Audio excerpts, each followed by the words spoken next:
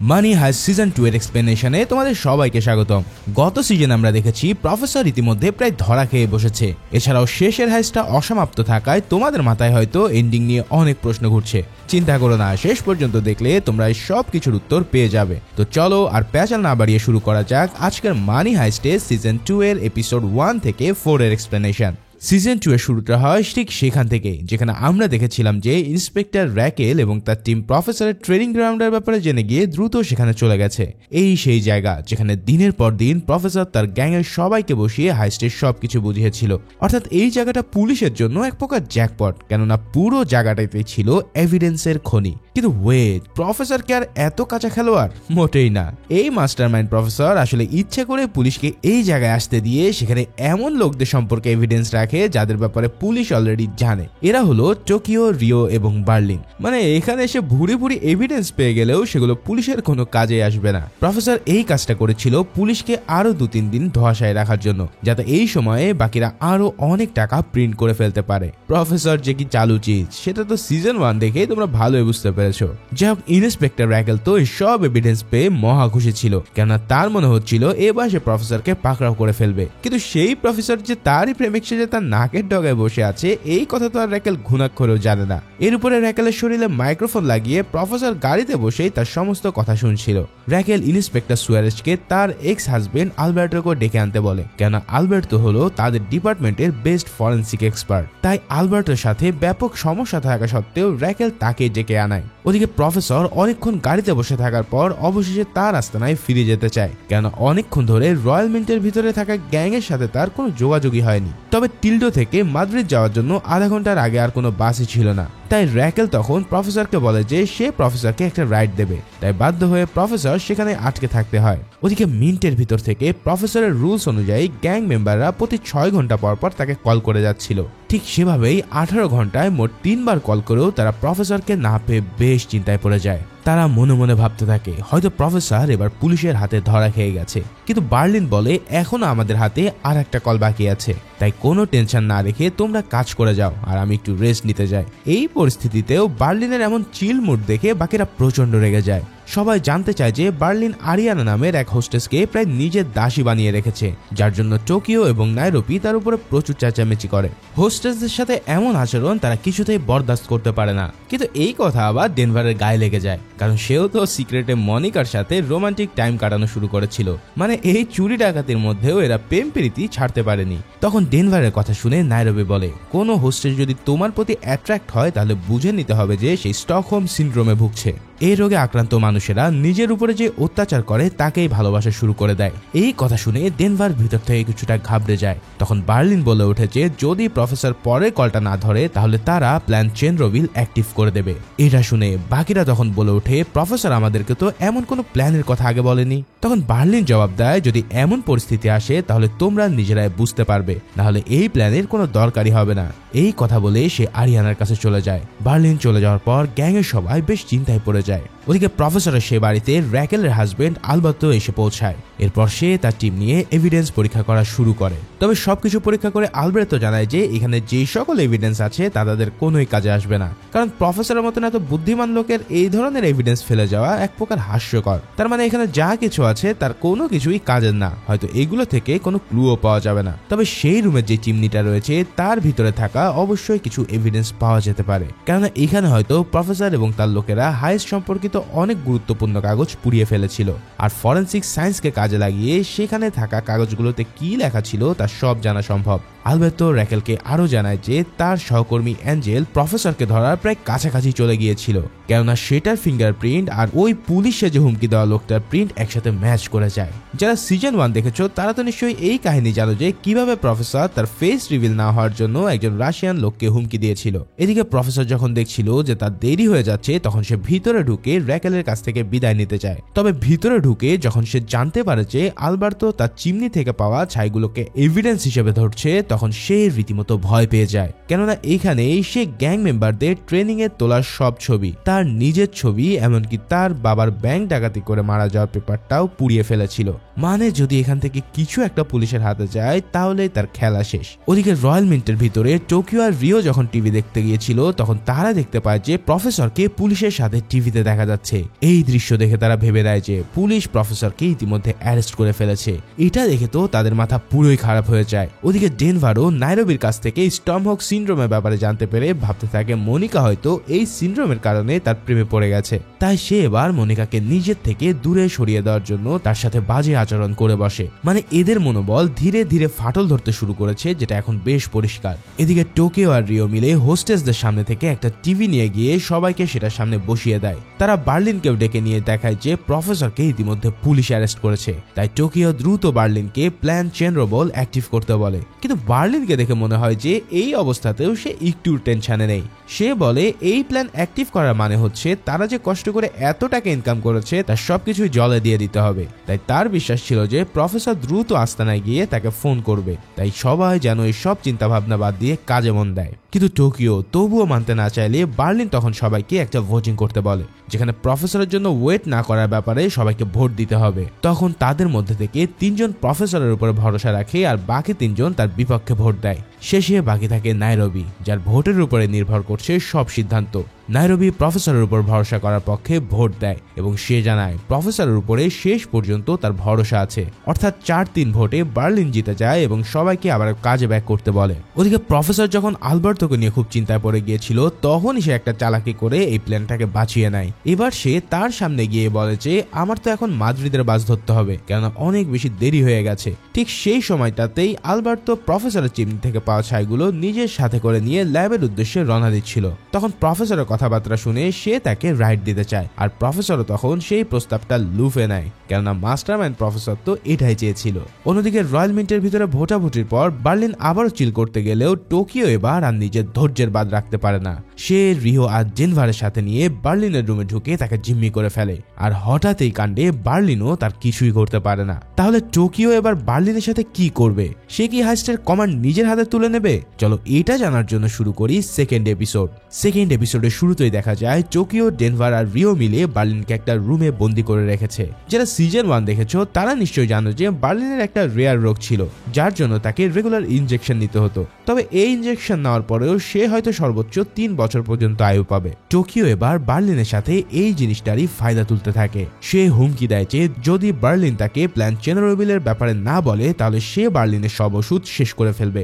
সত্যি সত্যি টোকিও একের পর এক তার ইনজেকশনগুলো ভেঙে ফেলতে শুরু করে, কিন্তু বার্লিনকে দেখে মনে হয় যে তার এসবে কিছু আসেই যায় না। আসলে বার্লিন এতটাই ড্যাম ক্যাট ছিল যে সে নিজের মৃত্যুকেও সামান্যভাবে পরোয়া করে না। শেষে আর কোনো উপায় না পেয়ে টোকিও এবার তার দিকে পিস্তল তাক করে তার সাথে রাশিয়ান রুলেট খেলতে শুরু করে। এই খেলাটা তোমরা নিশ্চয়ই আগে অনেক মুভিতে দেখেছো, যেখানে একটা রিভলভারে মাত্র একটা গুলি ভরে ম্যাগাজিন ঘুরিয়ে দেওয়া হয়। ভাগ্য ভালো থাকলে হয়তো পরপর অনেকগুলো ট্রিগার চাপার পরেও লোকটা বেঁচে থাকতে পারে, তবে এর কোনো গ্যারান্টি নেই যে কোন ট্রিগারে তার মাথার খুলি উড়ে যাবে। যাই হোক, এখানে টোকিও বার্লিনের সাথে ঠিক এটাই করা শুরু করে, আর বেশ কয়েকবার ট্রিগার টানার পরেও বার্লিন বেঁচে যায়। কিন্তু তারপরেও দেখা যায় বার্লিনের মধ্যে বিন্দু মাত্র ভয় দেখা যাচ্ছে না। মানে এই লোকটা পুরাই একটা সিগমা। শেষে নাইরোবি এসে বাইরে থেকে দরজায় আঘাত করতে করতে জিজ্ঞেস করে যে ভিতরে কি হচ্ছে। বার্লিন মজা করে জবাব দেয় যে ভিতরে তার সাথে রাশিয়ান রুলেট খেলা হচ্ছে। তখন নাইরোবি বলে ওঠে, টোকিও তুমি কি পাগল হয়ে গেছো? নিজের সেলফিশনেসের জন্য তুমি প্ল্যানের 12টা বাজিয়ে দিচ্ছ। টোকিও তখন রেগে গিয়ে বলে, কি আমি সেলফিশ? তাহলে তুমি কি? তুমি তো একটা স্টুপিড যে নিজের ছেলের মায়ায় পড়ে আছে, অথচ সে জানে না যে তুমি তার মা। সে তো তোমাকে চিনতেও পারবে না।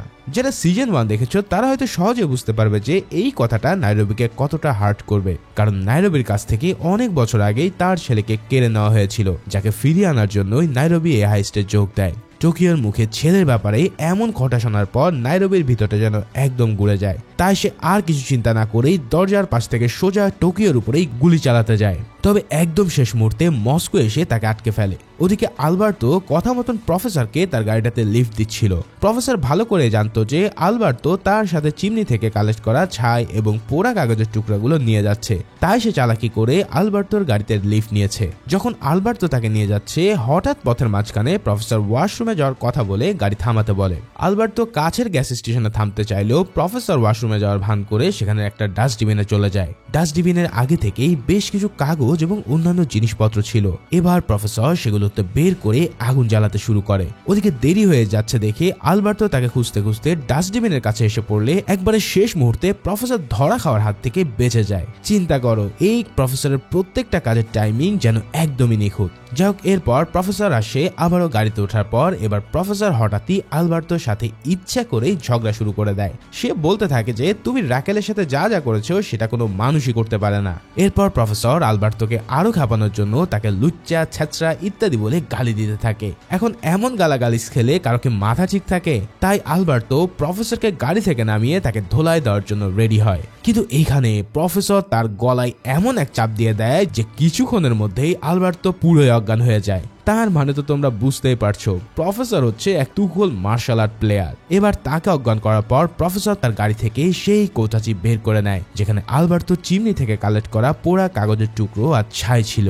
প্রফেসর সেগুলোকে ফেলে দিয়ে ওই কৌটার মধ্যে নিজের থেকে আনা পোড়া কাগজের টুকরোগুলো ভরে দিতে থাকে। তার মানে এত মারাত্মক প্ল্যান করে প্রফেসর অবশেষে সক্ষম হয় সেই এভিডেন্স গুলোকে শিফট করে দেওয়ার। যাই হোক, এদিকে আলবার্তোর জ্ঞান ফিরে আসার পর প্রফেসর তাকে সরি বলে, কিন্তু আলবার্তোর মেজাজ তখন প্রায় সপ্তম আকাশে পৌঁছে গেছে। তাই সে প্রফেসরকে একজন পুলিশ অফিসারকে অ্যাসাল্ট করার অভিযোগে অ্যারেস্ট করে নেয়। ওদিকে রয়্যাল মিন্টের ভিতরে তখনও টোকিও আর বার্লিনের ভিতরে গন্ডগোল চলমান ছিল। টোকিও কিন্তু বার্লিনকে বারবার উপরে পাঠানোর হুমকি দিলেও সে বার্লিনকে 1 ইঞ্চিও টলাতে পারেনি। উল্টো বার্লিন তাকে বলে যে আমাকে মারলে এক্ষুনি মেরে ফেলো, কেননা আমি এমনি বেশি দিন বাঁচবো না। তবে আমি এখন মারা গেলে তোমাদের সবার 12টা বাজবে, কারণ এই প্ল্যানের বাকি অংশটাতে কি হবে সেটা শুধু আমিই জানি। এরই মাঝে মস্কো আর নাইরোবি দরজা ভেঙে ভিতরে ঢোকে এবং এরপর টোকিওকেও শান্ত হতে বাধ্য হয়। বার্লিনকে মুক্ত করে দেওয়ার পর সে আবারও হাইস্টের কমান্ডে ফিরে আসে। কমান্ড ফেরত পাওয়ার পরেই সে হেলসিনকিকে দিয়ে টোকিওকে ধরে আনায়। হেলসিনকি তখন তার বন্ধু অসলোর জন্য মৃত্যু শোকে কাতর ছিল। তবে বার্লিনের অর্ডার পাওয়া মাত্রই সে টোকিওকে ধরে নিয়ে আসে। তবে এরপর বার্লিন যেটা করে সেটার জন্য আমি একদমই প্রস্তুত ছিলাম না। সে টোকিওকে একটা স্ট্রেচারে বেঁধে সোজা রয়্যাল মিন্টের বাইরে বের করে দেয়। টোকিও যেন নিজের চোখে বিশ্বাস করতে পারছিল না, তারই সঙ্গীরা কিনা তাকে পুলিশের হাতে তুলে দিচ্ছে। ওদিকে ইনভেস্টিগেশন রুমে থাকা কর্নেল প্রিয়তর মাথায় ঢোকে না যে কেন হাইজাকাররাই তাদের এক সঙ্গীকে ধরিয়ে দিচ্ছে। প্রথমে তো সে ভাবে এটা হয়তো হাইজাকারদেরই কোনো একটা চাল, হয়তো টোকিওর শরীরে কোনো বোম টোম আছে। তবে চেক করার পর দেখা যায় তার শরীরে এমন কিছুই নেই। তবে টোকিও সেই অবস্থাতেও পুলিশদের 2-4টা লাথি মেরে পালানোর চেষ্টা করতে থাকে। কিন্তু প্রিয়তর আদেশ ছিল যে তাকে যেন কোনোভাবে হত্যা করা না হয়, তাই তাকে গুলি না করেই অক্ষত অবস্থাতেই ধরে ফেলতে তারা সক্ষম হয়। তবে টোকিও ভালো করেই জানতো যে এখন তাকে কি করতে হবে, কেননা এই হাইস্টের একমাত্র উদ্দেশ্য ছিল সময় নষ্ট করা, যাতে তারা বেশি বেশি টাকা প্রিন্ট করতে পারে। এমনকি কেউ যদি ধরাও পড়ে তারও কাজ হবে সময় নষ্ট করা। আর এমনটাই প্রফেসর তাদেরকে শিখিয়ে দিয়েছিল। টোকিও তার ট্রেনিং এ থাকাকালীন সময়ের কথা মনে করে, যেখানে প্রফেসরকে সে বার্লিনের সাথে ভাইয়ের মতন কথা বলতে দেখেছিল। প্রফেসর তখন তার কাছে স্বীকার করেছিল যে তার আসল নাম সার্জিও মাকিনা। প্রফেসরের বাবা একটা ব্যাংক ডাকাতি করতে গিয়ে মারা গিয়েছিল, আর এই রয়্যাল মিন্টের হাইস্টের আইডিয়াটাও প্রফেসরের বাবার। প্রফেসর টোকিওকে এসব বলার পর কথা দিয়েছিল যে সে প্রতি মুহূর্তে টোকিওর পাশেই থাকবে, আর টোকিও যদি ধরা পড়ে যায় তাহলে সেখান থেকে সে অবশ্যই তাকে বাঁচাতে আসবে। তাই টোকিও প্রফেসরের উপরে বিশ্বাস রেখে তার কথা মতোই সময় নষ্ট করার কাজটা শুরু করে দেয়, যার ফলে সে অসুস্থতার ভান করে নিজের জন্য একটা অ্যাম্বুলেন্স ডেকে এনে তাতে উঠে পড়ে। কিন্তু ডাক্তাররা যখন চেক করে তার শরীরে কিছুই পায় না, তখন তাকে ঘাড় ধরেই ইনভেস্টিগেশন রুমে নিয়ে আসা হয়। ওদিকে বার্লিন সবাইকে ডেকে বলে যে টোকিও যে ভুলটা করেছে তার জন্য আমি তাকে বের করে দিতে বাধ্য হয়েছি, এছাড়া আমার হাতে আর কোনো উপায় ছিল না। তবে টোকিওর প্রেমিক রিও তো পুরোই খ্যাপা ছিল। সে সোজাসুজি নিজের পিস্তল হ্যান্ড ওভার করে দিয়ে বলে যে সেও পুলিশের হাতে ধরা দেবে। বার্লিনও এমন ভাব করে যে যেন রিওকেও সে যেতে দিচ্ছে। তবে রিওকে সে সুযোগ বুঝে তার পিঠে ট্র্যাঙ্কুলাইজার ঢুকিয়ে অজ্ঞান করে দেয়। ওদিকে টোকিওকে পুলিশ ধরে নিয়ে গেলেও টোকিও কিন্তু জানতো এমন সিচুয়েশনে তাকে কিভাবে হ্যান্ডেল করতে হবে। প্রফেসর তাদেরকে শিখিয়ে দিয়েছিল যে যদি কেউ পুলিশের হাতে ধরা পড়ে তাহলে প্রথমে যেন সে ধীরে ধীরে সত্য কথা বলে, কিন্তু এরপরেই হুট করে একটা আজাইর আলাপ জুড়ে দিয়ে সে যেন সময় নষ্ট করতে থাকে। ঠিক সেই মতোই টোকিও প্রিয়তর প্রথমে 2টা প্রশ্নের উত্তর সঠিক দেয়, তবে এরপরে সে হঠাৎ প্রিয়টাকে জিজ্ঞেস করে বসে যে আচ্ছা আপনি কি আন্ডারওয়্যার পরেছেন? ভাইরে ভাই, এই সিনটা এই এপিসোডের বেস্ট ফানি সিন ছিল। যাই হোক, প্রিয়ত তাকে বেশিক্ষণ ইনভেস্টিগেশন করতে না পারায় সেখানে হাজির হয় ইন্সপেক্টর র্যাকেল। র্যাকেল এসেই টোকিওকে সরাসরি প্রশ্ন করে যে এই প্রফেসরটা আসলে কে, আর ঠিক এর মধ্যে দিয়ে শেষ হয় সেকেন্ড এপিসোড। তৃতীয় এপিসোডের শুরুতেই দেখা যায় ইন্সপেক্টর র্যাকেল তখনও টোকিওকে ইন্টারোগেট করছিল, কিন্তু টোকিও তার কোনো কথারই ঠিকঠাক জবাব না দিয়ে প্রফেসরের প্ল্যান অনুযায়ী তাকে ভুজুম ভাজুম দিয়ে যাচ্ছিল। এর মাঝেই হঠাৎ র্যাকেলের কাছে পুলিশ স্টেশন থেকে সালভা অর্থাৎ প্রফেসরের কল আসে। র্যাকেলের এক্স হাজবেন্ড আলবার্তো কিন্তু ইতিমধ্যেই প্রফেসরকে পুলিশ স্টেশনে নিয়ে বসিয়ে রেখেছিল। সেখানে একজন অ্যাসিস্ট্যান্ট অফিসার এসে প্রফেসরকে জানায় যে একজন পুলিশের গায়ে হাত দেওয়ার জন্য তার 1 থেকে 4 বছরের জেল হতে পারে। এসব কথা শুনে প্রফেসর তখন আর উপায় না পেয়ে লয়ারকে ফোন দেওয়ার ভান করে সে সোজা র্যাকেলকে ফোন দিয়ে বসে। র্যাকেল যখন জানতে পারে যে তার এক্স হাজবেন্ড প্রফেসরকে ধরে নিয়ে গেছে তখন সে এক প্রকার শক খেয়ে যায়। র্যাকেল তখন সালভারূপী প্রফেসরকে কথা দেয় যে সে শীঘ্রই তাকে উদ্ধার করতে আসবে। কথা শেষ করে সেইখানে বসে থাকা আর এক অপরাধী প্রফেসরকে দেখে বলে যে আরে তুমি নাকি একটা পুলিশকে ধোলাই দিয়েছো, তবে তুমি বলতেই পারো যে সেলফ ডিফেন্সের জন্য তুমি এটা করেছো, কেননা তোমাকে দেখে তো মনেই হয় না যে তুমি কাউকে পেটাতে পারো।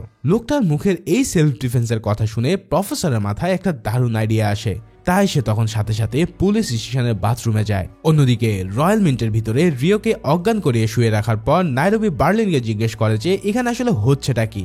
একদিকে প্রফেসর ফোন ধরছে না, অন্যদিকে বার্লিন কিনা হোস্টেসদের নিয়মের 12টা বাজিয়ে দিয়ে টোকিওকে সোজা পুলিশের হাতে ধরিয়ে দিয়েছে।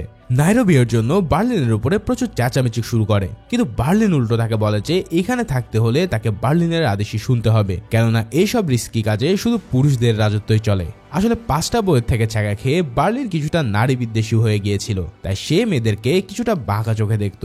কিন্তু নাইরোবিও তো কম ঘাড়তারা না, তাই সে এবার প্ল্যান করে যে বার্লিনকে সে একটা শিক্ষা দেবে, আর এর জন্য সে রিও সাহায্য চায়। ওদিকে প্রফেসর যখন পুলিশ স্টেশনের বাথরুমে যায় তখন সে একটা অদ্ভুত কাণ্ড করে বসে। প্রফেসর নিজেই নিজের পেটে অনবরত ঘুষি মেরে নিজের উপরেই জখম করতে থাকে। মানে প্রফেসর এটা সাজানোর চেষ্টা করছিল যে ইন্সপেক্টর আলবার্তো যেন তাকে মেরে একদম হালুয়া বানিয়ে দিয়েছে। মানে নিজেকে বাঁচানোর জন্য প্রফেসর যে কোনো লিমিট পর্যন্ত ক্রস করতে রাজি ছিল।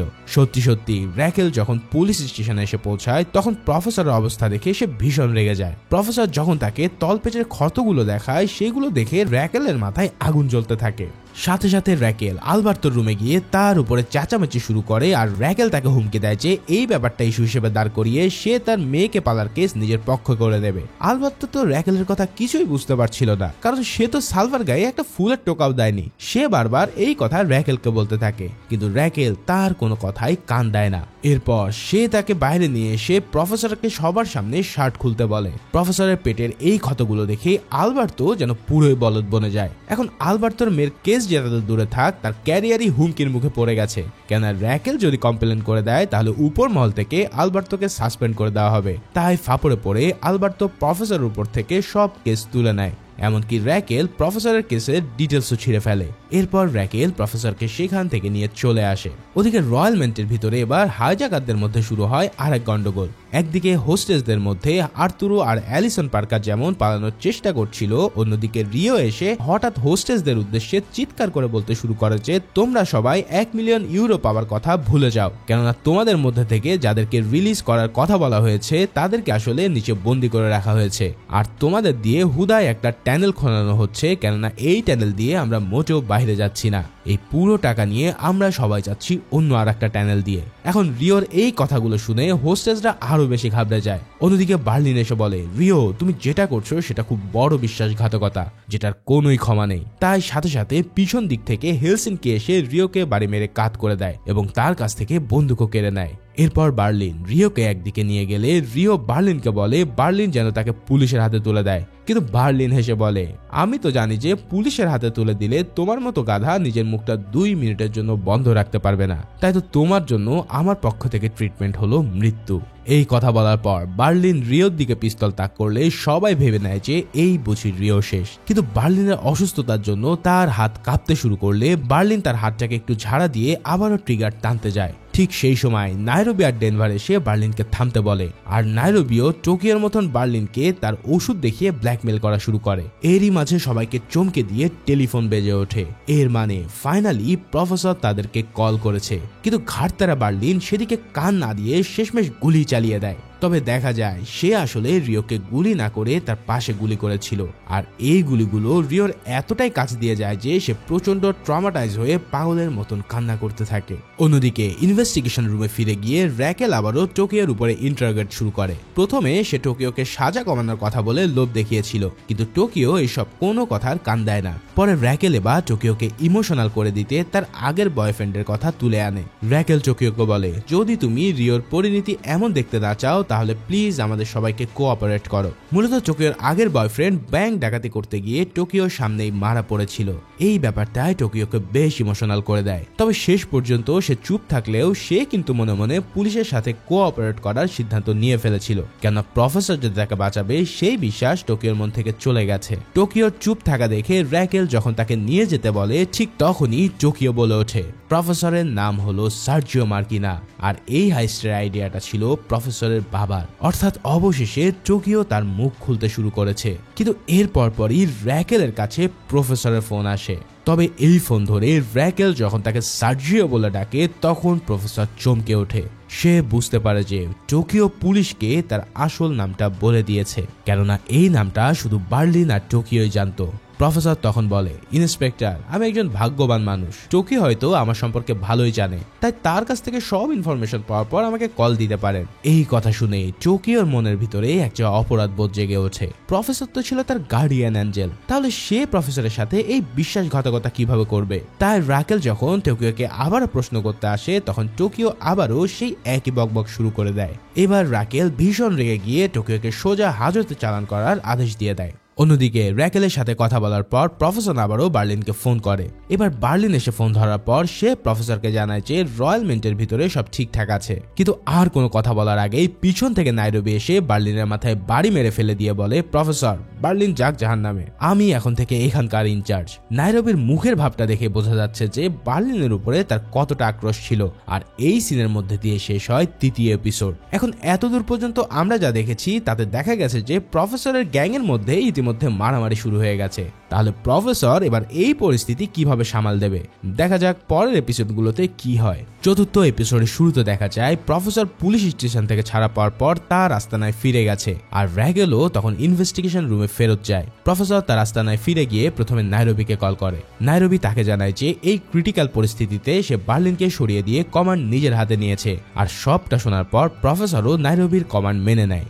নাইরোবির সাথে কথা বলার পর প্রফেসর আবারও র্যাকেলকে ফোন করে। র্যাকেল তাকে বলে সে এই মুহূর্তে টোকিওকে ইতিমধ্যে পুলিশ কাস্টাডিতে পাঠিয়ে দিয়েছে। প্রফেসর তখন বলে আমি জানি যে এই মুহূর্তে আপনারা জিতে যাচ্ছেন, কিন্তু এটা তো সবেমাত্র খেলার শুরু। প্রফেসরের সাথে কথা বলা শেষে র্যাকেল এবার প্রফেসরকে আবারও ফোন দেয়, মানে সে তো ফোন দিয়েছে সালভারুপি প্রফেসরকেই। র্যাকেল প্রফেসরের হালচাল জিজ্ঞেস করার পর রাতে তাকে র্যাকেলের বাসায় আসতে বলে, কেননা র্যাকেল ইতিমধ্যে অনেক এক্সস্টেড এবং সে প্রফেসরের সাথে সময় কাটাতে চাচ্ছে। তবে মজার ব্যাপার হচ্ছে প্রফেসরও ততদিনে একেবারে র্যাকেলের প্রেমে পড়ে গিয়েছিল, তাই তার কাছেও রাজি না হয়ে আর কোনো উপায় ছিল না। কথা মতো রাতে সে র্যাকেলের সাথে সময় কাটাতে চলে যায়। অন্যদিকে রয়্যাল মিন্টের ভিতরে বসে থাকতে থাকতে হোস্টেসরা রীতিমতো অতিষ্ঠ হয়ে পড়েছিল। তাদের মধ্যে আর্তুরও আবার একটু বেশি খ্যাপা। সে প্রতিটা মুহূর্তেই রয়্যাল মিন্ট থেকে বের হওয়ার উপায় ভাবছিল। তাদের কাছে একটা দারুণ সুযোগ চলে আসে যখন হেনসেলকি রিওকে ঘাড় ধাক্কা দিয়ে হোস্টেসদের মধ্যে ফেলে দেয়, কেননা সে বিশ্বাসঘাতকতা করার পর সেও এখন একজন বড় হোস্টেস।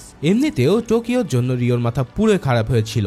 এরপর বার্লিন তার সাথে যা করেছে তার জন্য সে এখন পুরোই বিগড়ে গেছে। তাই হোস্টেসরা যখন পালাবার পথ খুঁজতে থাকে তখন রিওই তাদেরকে বলে যে তোমরা চাইলে কোনোভাবে একজন হাইজ্যাকারের পিস্তল তোমাদেরকে দেওয়া ফেক পিস্তলের সাথে বদলা বদলি করে নিতে পারো। মানে রিও এখন হোস্টেসদের বুদ্ধি জাগিয়ে দিয়ে নিজের গ্যাংয়ের পায়ে কুড়াল মারছে। ওদিকে বার্লিনের জ্ঞান ফেরার পর নাইরোবি হেনসেলকে দিয়ে তার মাথায় ব্যান্ডেজ করিয়ে নেয়। এরপর বার্লিন নাইরোবির কথা মতো চলতে রাজি হয়। এবার নাইরোবি তাকে জিজ্ঞেস করে প্ল্যান চেরনোবিল আসলে কি জিনিস। সে জানায় যে প্ল্যান চেরনোবিল হলো মাদ্রিদের উপর বেলুন দিয়ে সমস্ত টাকা ছিটিয়ে দেওয়ার প্ল্যান, যাতে এই টাকা আমজনতা কোরানোর সময় তারা পালিয়ে যেতে পারে। কিন্তু এটা করলে তাদের কষ্ট করে ছাপানো টাকা সব শেষ হয়ে যাবে। তাই নাইরোবিও এই প্ল্যানটাকে অ্যাক্টিভ করার কোনো ইচ্ছেই নেই। এদিকে হাইজ্যাকাররা রিওকে হোস্টেলের সাথে রেখেছিল ঠিকই, কিন্তু রিও তাদেরকে কত বড় গর্তে ফেলে দিতে যাচ্ছে সেই ব্যাপারে তাদের কোনো ধারণাই ছিল না। রিওর সাহায্যে আর্তুরো প্ল্যান করে যে প্রথমে সে তার অফিস রুম থেকে একটা ফেক গান নিয়ে আসবে, কেননা হাইজ্যাকারদের ফেক গানের বক্সটা ওখানে রেখে দিয়েছিল। এরপর আর্তুরো বলে যে হাইজ্যাকারদের মধ্যে ডেনভারকে টার্গেট করা সবচেয়ে সহজ, কেননা এমনিতেও ডেনভার স্টুপিড, তার উপর মনিকার সাথে ডেনভারের একটা রিলেশন ডেভেলপ হয়েছে। তাই মনিকা চাইলে সহজে ডেনভারের পিস্তলটা চুরি করে আনতে পারে। মনিকা আর্তুরোর এই কথায় মনে মনে রাজি না হলেও মুখে রাজি না হয়ে তার কোনো উপায় ছিল না, কেননা ডেনভার ইতিমধ্যেই তাকে দূরে ঠেলে দিয়েছিল আর হোস্টেসদেরও এখান থেকে বেঁচে ফেরার আর কোনো লক্ষণও দেখা যাচ্ছিল না। মনিকা রাজি হয়ে যাওয়ার পর প্ল্যান মোতাবেক আর্তুরো তার কাছ থেকে নিজের অফিসের চাবি নিয়ে নেয়। এরপর খুব সাবধানে সবার চোখ এড়িয়ে সে হামাগুড়ি দিতে দিতে অফিসের মধ্যে ঢুকে পড়ে। কিন্তু সেই সময়টাতেই অফিসের কাজ করছিল টরেস, যাকে নাইরোবি টাকা ছাপানোর মেশিন অপারেট করার দায়িত্ব দিয়েছিল। টরেস প্রথমে আর্তুরোকে দেখে নাইরোবির কাছে সেটা বলে দিতে চায়, কিন্তু আর্তুরো তাকে বলে যে এখান থেকে বের হওয়ার পর সে যে টাকা পাবে তার কোনো গ্যারান্টি নেই। আজ হোক কাল হোক তাকে রয়্যাল মিন্টে চাকরি করতে ফিরে আসতেই হবে, আর তখন ডিরেক্টর আর্তুরো তাকে দেখে নেবে। টোরেস এই হুমকি শোনার পর আর্তুরোকে সেখান থেকে পিস্তল নিয়ে যেতে দিতে বাধ্য হয়। এবার সেই পিস্তলটা নিয়ে সে মনিকাকে দিয়ে বলে যে পরের সমস্ত দায়িত্ব এবার তোমার। ওদিকে প্রফেসর র্যাকেলের সাথে পুরো রাত শান্তিতে কাটানোর পর সকালবেলা র্যাকেল তার কাছে ফিউচার প্ল্যান জানতে চায়। প্রফেসর জানায় যে সে তার রুমে যে সাইডারের বিজনেস করছে এটা ছিল তার বাবার স্বপ্ন। মানে প্রফেসর এখানে সাইডার বিজনেসকে হাইস্টের আইডিয়া জায়গায় বসিয়ে দিয়েছে। প্রফেসর আরো বলে যে র্যাকেল আগে তার কেসটা শেষ করে নি, আর এরপরে সে র্যাকেলকে নিয়ে দূরে কোথাও আইল্যান্ডে নিজেদের সুখের সংসার গড়বে। সালভা রূপী প্রফেসরের এই কথা শুনে র্যাকেলের মনে একটা আলাদাই জোশ চলে আসে, তাই সে এবার ফিরে গিয়ে আবারও পুরো দমে নিজের কাজ চালু করে দেয়। কিন্তু এর মধ্যে প্রফেসরও তার আস্তানায় ফিরে গিয়ে প্রথমে নাইরোবির সাথে কথা বলে কিছু হোস্টেস মুক্ত করার ডিসিশন নেয়। এর মধ্যেও ছিল এক মহা চালাকি, যাতে আরো কিছু সময় নষ্ট করা যায়। মানে এখানে যত বেশি সময় নষ্ট, প্রফেসরের তত বেশি টাকা ছাপিয়ে নিজেদের পকেট ভারী করতে পারবে। যাই হোক, প্রফেসর আবারও র্যাকেলকে ফোন করে জানায় যে 11 জন হোস্টেসকে মুক্ত করবে, কিন্তু এর জন্য মিন্টের ভিতরে একজন রিপোর্টারকে পাঠাতে হবে যে সে এই হাইজ্যাকারদের ইন্টারভিউ নেবে। র্যাকেল তখন ভাবে যে এ আবার কেমন নতুন নাটক, তাই সে চিন্তা করার জন্য 1 ঘন্টা সময় চায়। প্রফেসর তাকে সেই সময়টাও দেয়, কিন্তু সাথে সাথে এটাও বলে যে এই কনভারসেশনটা আমি রেকর্ড করে রেখেছি, যদি এটা পাবলিকলি রিলিজ হয়ে যায় তাহলে এটা প্রমাণ হয়ে যাবে যে পুলিশের হাতে 11 জন হোস্টেসকে বাঁচানোর উপায় থাকলেও তারা সেই পথ বেছে নেয়নি। আর এই কথা শুনে তখন পাবলিকরাও ভীষণ ক্ষেপে যাবে। জাস্ট চিন্তা করো কি আইডিয়া এই প্রফেসরের। তাই প্রফেসর ফোন কেটে দেওয়ার পর র্যাকেল হতাশ হয়ে পড়ে, কেননা প্রফেসর এভাবে তাকে বারবার টেক্কা দিয়ে যাচ্ছিল। আসলে প্রফেসর আগে থেকে হাইজ্যাকারদের শিখিয়ে দিয়েছিল যে মানুষ সবসময় দুর্বলদের সাইড নেয়। তাই হাইজ্যাকাররা যদি দেখাতে পারে যে তারা খুব উইক হয়ে গেছে এবং তারা স্যারেন্ডার করতে চলছে, তখন তাদের প্রতি পাবলিকদের সিম্প্যাথি গ্রো করবে। মানে প্রফেসর স্টেপ বাই স্টেপ এই প্ল্যান সাজিয়েছে যেখানে শেষে গিয়ে পাবলিক পর্যন্ত তাদের পক্ষে চলে যাবে। ওদিকে পুলিশের সবাই প্রফেসরের এই প্রস্তাবে বেশ কিছু চিন্তায় পড়ে যায়। তারা যখন দেখে যে তাদের সামনে আর কোনো চয়েস নেই, তখন তারা প্রফেসরের কথা মতোই রিপোর্টার পাঠাতে রাজি হয়। অন্যদিকে র্যাকেল ভাবতে থাকে যে অ্যাঞ্জেলের অ্যাক্সিডেন্টটা হয়তো অ্যাক্সিডেন্ট নয়, বরং অ্যাঞ্জেলের গাড়িতে কেউ হয়তো গড়বড় করে দিয়েছিল।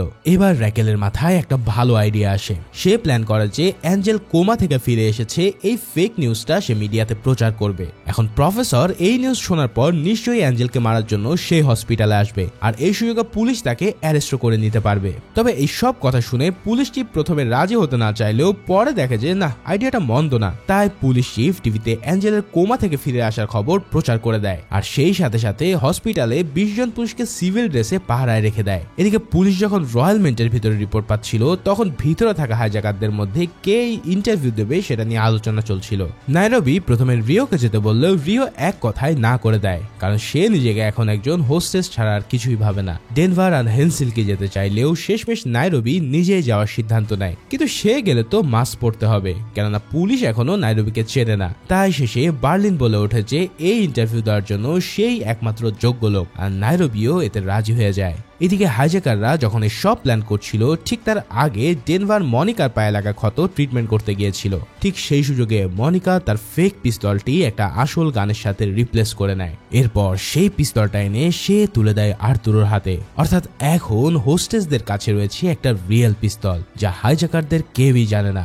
এর মানে এখন হোস্টেসরাও চাইলে হাইজ্যাকারদের সাথে ফাইটে যেতে পারবে। অবশেষে মিন্টের ভিতর রিপোর্টার আসার পর বার্লিন তাকে স্বাগত জানিয়ে ইন্টারভিউ শুরু করে দেয়। বার্লিন তাকে জানায় যে তারা বুঝতে পেরেছে যে এই খেলায় তারা আর জিততে পারবে না, তাই এই 11 জন হোস্টেসকে ছেড়ে দেওয়াটা হচ্ছে তাদের স্যারেন্ডারের প্রথম ধাপ। অর্থাৎ বার্লিন প্রফেসরের প্ল্যান মতো নিজেদেরকে দুর্বল হিসেবে জাহির করা শুরু করে। এই 11 জন হোস্টেসকে ছেড়ে দেওয়ার পর বার্লিন এবার নিজের মক্ষম ইমোশনাল গেম খেলে। সে রিপোর্টারকে অসলোর বডিটা দেখিয়ে বলে যে তাদের একজন সঙ্গী এখানে হাইস্টারদের হাতে নির্মমভাবে মারা গেছে।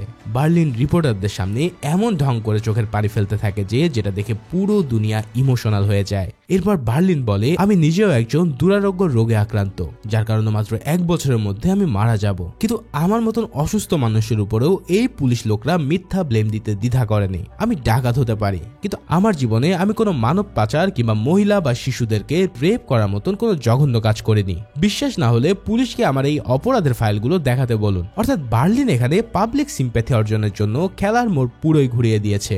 সিজন 1-এ বার্লিনের উপরে দেওয়া ব্লেমগুলো এবার পুলিশের দিকেই ঘুরে গেছে, আর এর জন্যই হাইজ্যাকাররা এক ঢিলে 2 পাখি মেরে ফেলেছে। এক তো পুলিশের সময় নষ্ট হলো, এর উপরে পাবলিক এবার পুরোই তাদের পক্ষে চলে যায়। যাই হোক, বার্লিনের ইন্টারভিউ শেষে এবার টিভিতে আরো একটা ধামাকাদার ব্রেকিং নিউজ চলে আসে। র্যাকেলের প্ল্যান মতো দেখা যায় যে ডেপুটি ইন্সপেক্টর অ্যাঞ্জেল কোমা থেকে জেগে উঠেছে।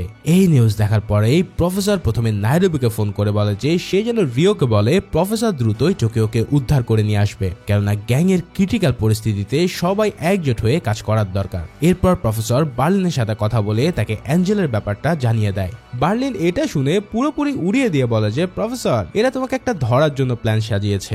আমি নিশ্চিত এই খবর মিথ্যা হওয়ার চান্স 99%। কিন্তু প্রফেসর ছিল একদম নিখুঁত মানুষ। সে বলে এই 1% সত্য হওয়াটাও হয়তো আমাদের জন্য বিপদ হতে পারে, তাই আমার উচিত এবার স্বচক্ষে গিয়ে সেটা দেখে আসা। কিন্তু বার্লিন তাকে বলে যে প্লিজ প্রফেসর, এই কাজ করলে তোমার জীবনের ঝুঁকি থাকবে। কিন্তু তারপরেও প্রফেসর বলে যে ঝুঁকি যখন নিয়েছি তখন এই ঝুঁকিও আমাকে নিতে হবে। ঠিক এই সিনের মধ্যে দিয়ে শেষ হয় মানি হাইস্ট সিজন 2 এর 4th এপিসোড। তো আজকের এক্সপ্লেনেশন এই পর্যন্তই। এবার এপিসোড 5 থেকে 9 পর্যন্ত পরের ভিডিওতে এক্সপ্লেন করা হবে। এখন সেখানে আমরা ফাইনালি জানতে পারবো যে প্রফেসর এই হাইস্ট আদৌ শেষ করতে পারবে কিনা। চিন্তা করো না, দ্রুতই চলে আসবে সেই এপিসোড। সে পর্যন্ত সবাই ভালো ও সুস্থ থাকো। আল্লাহ হাফেজ।